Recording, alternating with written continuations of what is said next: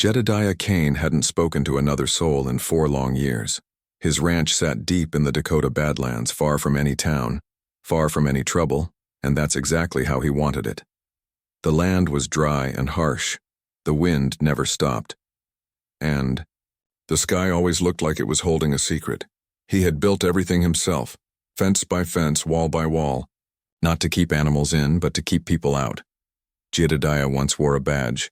He once tried to save people, but he had failed. A girl died, and after that, something inside him went dark. He had left the world behind and buried his past under silence and wood smoke. That evening, the sky turned purple, heavy with warning. Jedediah stood by his small kitchen window, sipping black coffee, watching the clouds gather like a bruise over the land. He knew storms. He'd seen what lightning could do to a tree or a man. He felt something worse coming, something not from the sky but from the earth itself. Then in the distance, through the first drops of rain, he saw movement. Horses, 7 of them, moving fast, headed right toward him. At first he thought maybe it was cowboys from Whiskey Creek, but the riders were too graceful, too clean. As they got closer, he saw long hair whipping in the wind, skirts soaked in rain. Women, all of them. His hand reached for the rifle hanging above the fireplace. What were 7 women doing out here in this storm? The knock came sharp and fast. Bang. Bang. He froze. Then a voice, loud and clear but strangely calm. "Sir, please, we need shelter." Jedediah didn't move. Rain hit the windows hard, lightning flashed, and in that second, he saw her face through the glass, pale, wet, strong eyes. Her dress was torn at the bottom, but her back was straight. This wasn't a lost traveler. This woman had purpose. The voice came again, louder now. "We won't make it to Whiskey Creek in this storm." Jedediah's hand hovered over the latch. Everything in his bones told him not to open the door. He had built this ranch to stay alone. For 4 years, he had avoided every visitor. But this was different. This was danger-wearing perfume. He opened the door. The wind howled in, cold and wet. The woman at the door stepped forward. Her auburn hair was soaked. Her green eyes locked on his. "Thank you," she said. Without waiting, she walked inside. Behind her, 6 more women dismounted and followed, each of them silent, soaked, and stunning in their own way. One blonde girl gave a shaky smile. The youngest looked terrified. But all of them moved like they were trained, like they knew how to handle a gun even if they weren't holding one. Jedediah closed the door slowly. He turned to face the 7 strangers standing in his warm, dry home. "My name is Evelyn Vance," the lead woman said. "These are my sisters. We're widows, headed west. The storm caught us." Jedediah didn't answer. He only nodded. They sat by the fire. They took off their wet coats. They thanked him politely, but they didn't look tired. They didn't look grateful. They looked alert. The blonde woman whispered something to the girl named Rose. Rose was shaking. Her lips trembled like she wanted to cry. Jedediah noticed the other women kept their backs to the walls, eyes on every door, every window, like they expected something, or someone, to follow them. Jedediah offered them coffee. Clara, the quiet brunette, smiled and accepted, but her eyes kept flicking to the rifle on the wall. He watched them carefully. Something felt wrong. Very wrong. He had seen bandits before. He had seen killers smile before they struck. And something about these women reminded him of those men. Pretty faces, yes, but sharp, like knives. "Where are you coming from?" Jedediah asked. "East," Evelyn answered quickly. "Passing through." "And your husband's?" That's when the room went silent.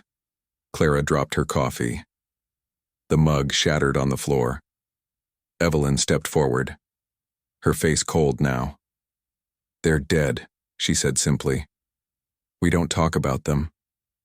Jedediah looked at each woman. That's when he saw it. the glint of metal under Clara's dress. A pistol. He said nothing, but his mind was racing. 7 women, all widows, riding fine horses, expensive saddles, hidden weapons, moving like outlaws, and now, here, on his land. The wind screamed louder outside. Suddenly a sound broke the tension. Hoofbeats. Not just one. Not 2. Many. Jedediah moved to the window. Through the rain, through the dark, he saw torches. Riders, at least 10, headed straight for his ranch. He turned back. "You brought someone with you." Evelyn's jaw clenched. "They're not friends," she said quietly. Jedediah stared at her. "Who are you really?" "We didn't come here to hurt you," she said. "But they will." Rose suddenly burst into tears. "They'll kill us," she sobbed. "Please, we didn't mean to drag you into this." Jedediah looked from the crying girl to the other women. Evelyn didn't speak. She just walked to the door, placed her hand on the latch and whispered, "They're coming. And they don't take prisoners." Jedediah didn't move. He just stared at the storm. He had run from his past. But now, it was at his doorstep again, and this time it wore lipstick and it carried secrets. Jedediah Kane stood frozen by the window, watching the dark shadows of horses move through the rain. The storm outside roared, but the true storm was now inside his house, with 7 soaked strangers who weren't what they claimed to be. "They followed you here?" Jedediah asked. Evelyn Vance didn't blink. Her voice stayed calm, but her hands were clenched. "Yes," she said. "They've been chasing us for days." "Who are they?" "Men who want us dead." Jedediah's jaw tightened. His eyes moved. Across the room. The women were sitting still now, each one alert. Not resting. Not scared. Preparing. "They'll be here in minutes," Clara whispered.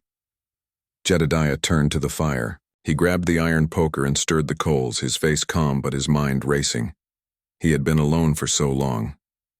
He thought he had buried his past. But now it was rising like a ghost from the ashes. "You lied," he said finally, not turning around. "You said you were just passing through. Said you were widows." "We are widows," Evelyn replied, stepping closer. "But that's not the full story." Jedediah looked at her. "Then tell it." Evelyn sighed. Her eyes were tired. Now, not fake tired, but worn out from years of pain. "We didn't just ride away from our homes, we ran from something terrible. From someone powerful." Clara, the brunette, spoke next. "We stole money. A lot of it. But it wasn't for us." Jedediah raised an eyebrow. "Stolen money, usually, doesn't come with good reasons." "It does when the money belongs to monsters," Faye said, her red hair clinging to her face. "We found out what they were doing, buying girls, young girls, using money to silence families, to buy off lawmen. We found the ledger, took the gold, burned their books." Jedediah's breath caught in his chest. A memory flashed. A courtroom, a girl's broken body, a case buried by powerful men. He had seen this before. "You were part of it?" he asked. "We stopped it," Evelyn said. "Or tried to." Jedediah sat down slowly, the firelight casting long shadows across his face. He had heard whispers about the Iron Syndicate, men in suits who smiled in church on Sunday and traded lives on Monday. He had chased one of them once. The man vanished. The case was closed, the girl was buried, and Jedediah walked away from the badge. Now the past was in his living room, wearing wet dresses and carrying hidden guns. "We only took what they used to destroy others," Evelyn said. "But they came after us. Hard. And you brought them to my door." Evelyn looked down. "We had no choice." Suddenly Rose stood up, shaking. Her voice cracked like ice under weight. "I didn't want this," she said. "I just wanted to live. I never wanted blood." "You'll get more than blood if they catch you," Jedediah said flatly. Then, another sound. Voices yelling outside.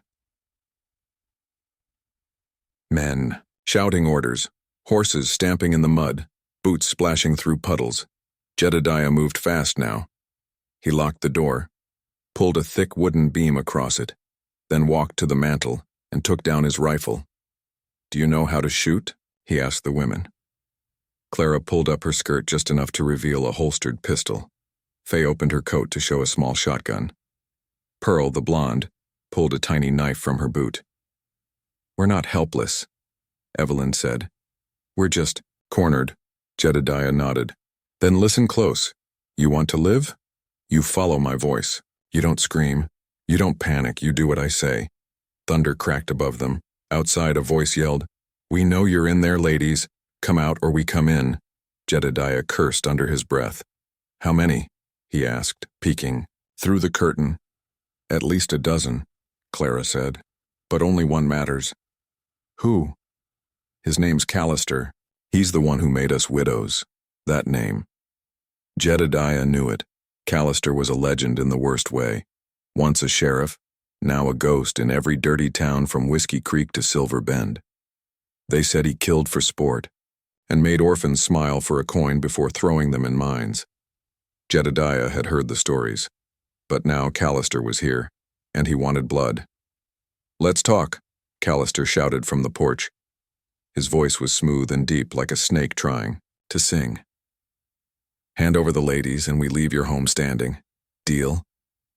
Jedediah said nothing. The women looked at him. "Please," Rose whispered. "Don't give us to him." Jedediah didn't answer. He walked to the back room and opened an old trunk. Inside were weapons, maps, and a small badge wrapped in cloth. He stared at it for a moment, his fingers shook as he picked it up. "Once a lawman," Clara said behind him. "No," Jedediah whispered. "Once a coward." He pulled on a coat, loaded the rifle. The time for hiding was over. He walked back to the front room. The women stood in a circle, ready now. Tired, angry, afraid, but strong. Jedediah looked them over. "We make our stand here," he said. "You brought your secrets to my door. Now they're mine too." A loud bang hit the door. The wood cracked. Another bang. Jedediah raised his rifle. "They'll come in shooting," Faye said. "Then we shoot back," Jedediah answered. "Why help us?" Evelyn asked. "Why risk your life?" Jedediah looked out at the dark land that had kept him prisoner for 4 years. "Because I ran once," he said. "And I promised I never would again." The door shook under another hit. This time, it splintered. The storm had come. But Jedediah Kane was ready. The door burst open. Splinters flew like angry bees as boots stomped through the shattered doorway. Thunder rolled behind them, but the real storm was now inside Jedediah Kane's home. Callister stood tall in the center. His coat was soaked, his face dark with hate.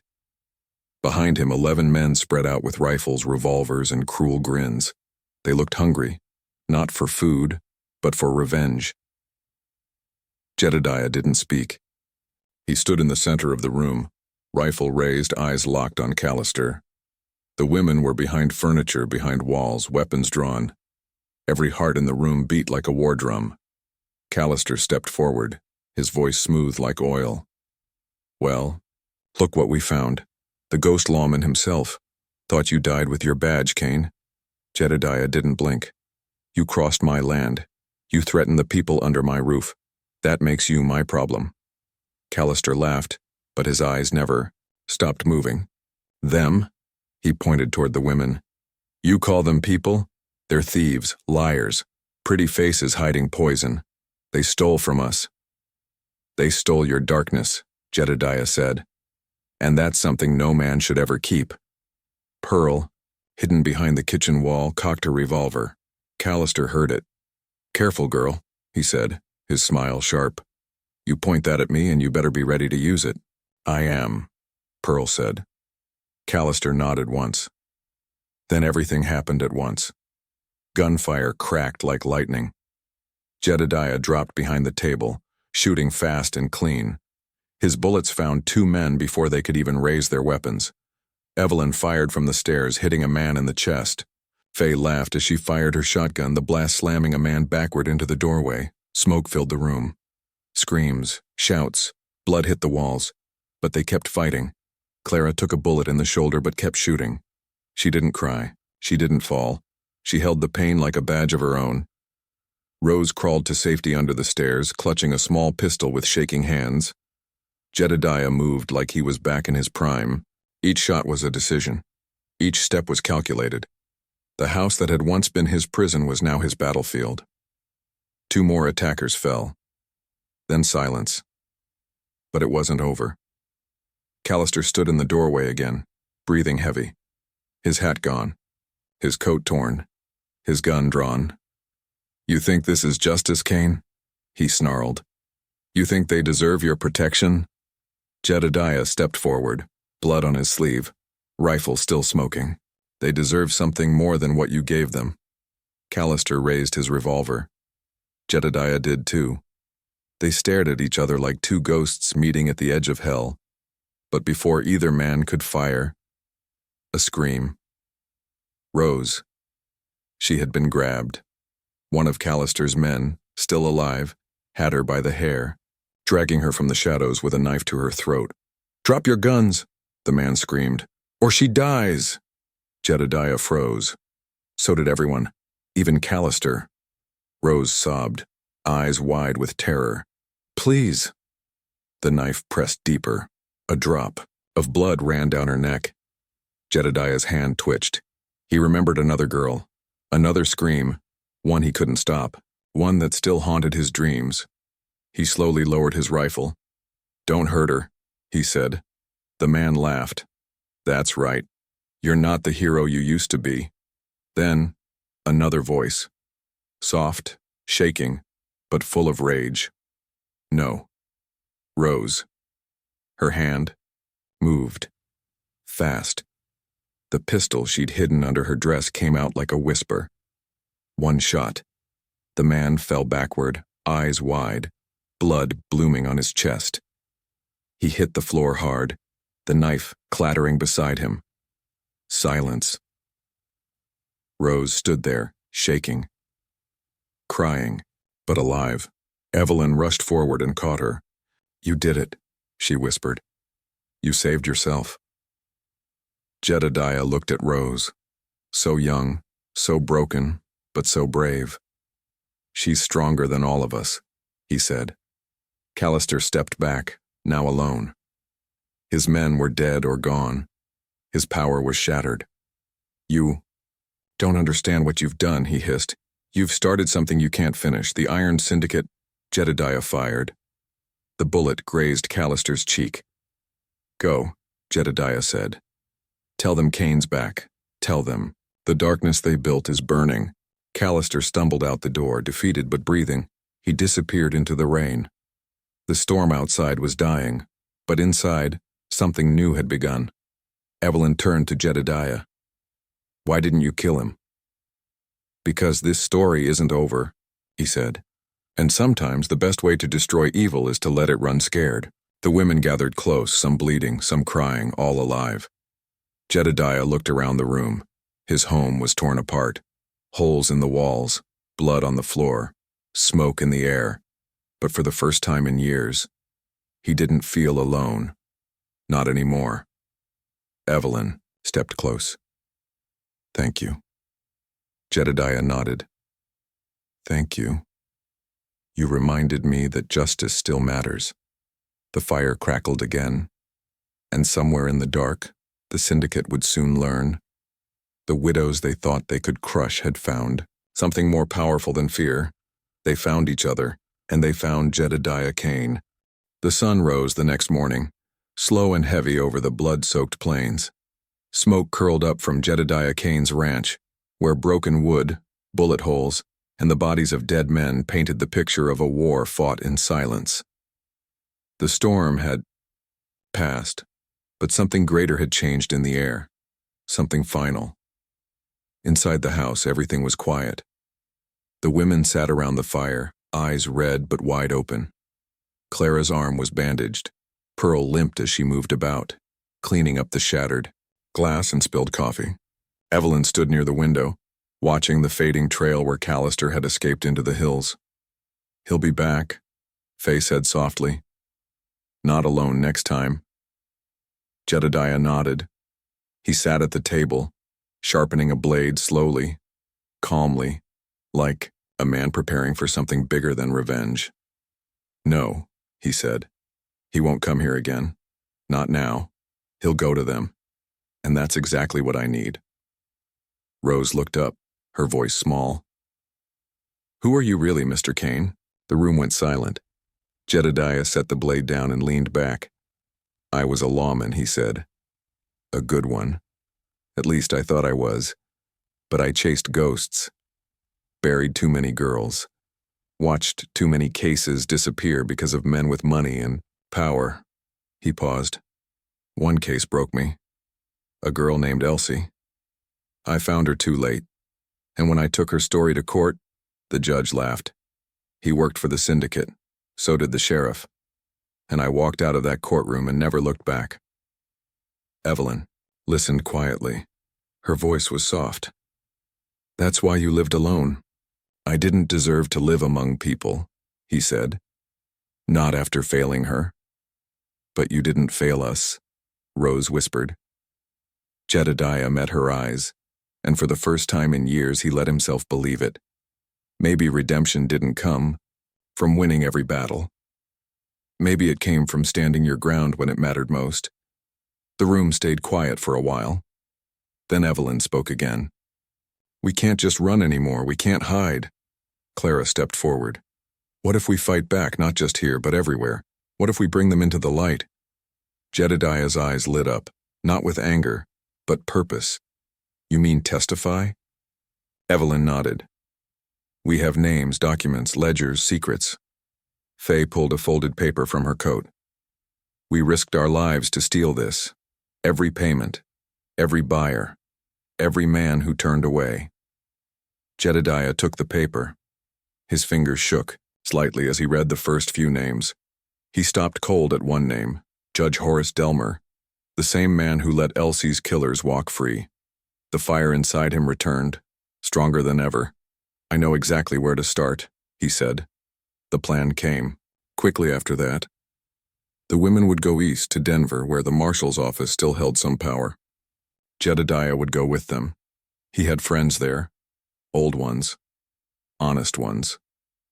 For years he thought he had buried the law, but now the law needed to be unearthed again, not with a badge, but with truth. And if truth failed, he still had bullets.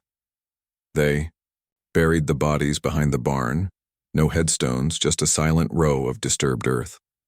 Clara whispered a prayer. Jedediah didn't join it, but he bowed his head. By evening, the wagon was packed. The women had cleaned up what they could, though the house still looked like it had survived a war.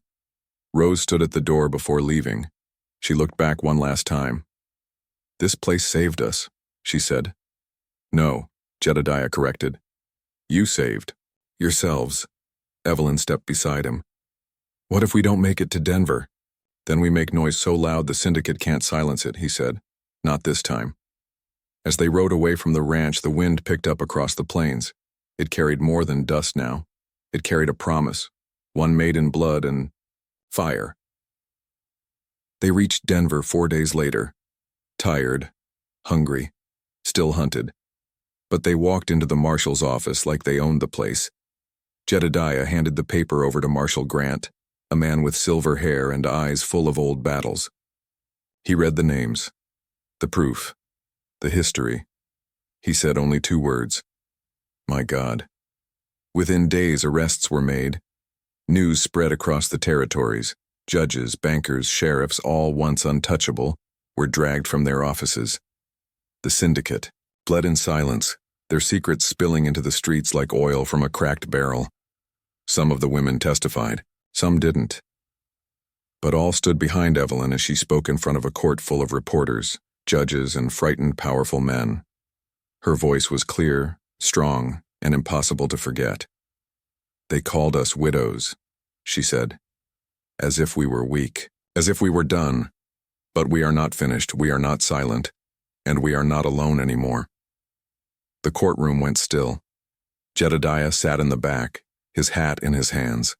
He didn't smile, but a tear rolled down his cheek. He didn't run this time. 2 weeks passed. When the dust settled, Jedediah returned to his ranch. The women went their own ways, some to new towns, some to new lives. But they never forgot each other, and they never forgot him. Rose wrote letters, Clara sent gifts. Evelyn visited every spring. She planted a rose bush near the barn. The land was still hard, the silence still deep. But now it was no longer a place of exile. It was a place where ghosts were finally buried, and heroes rose again from the ashes.